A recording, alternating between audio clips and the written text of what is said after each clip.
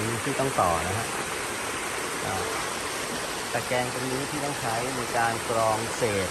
วัสดุต่างๆไม่ว่าจะเป็นพวกกิ่งไม้ใบไม้ขยะ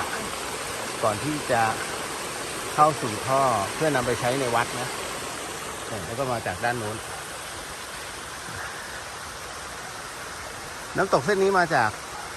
ดอยสุเทพก็จะมีนักท่องเที่ยวมีบ้างตรงโน้น2 คนเนาะก็เป็นน้ำตกเป็นหลั่นๆไปดูปริมาณน้ำแล้วน่าจะมีแค่เดือนมีนาคมเนาะ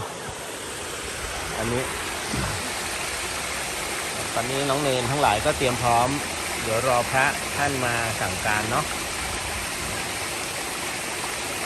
ก็ให้ท่านได้ดูอารมณ์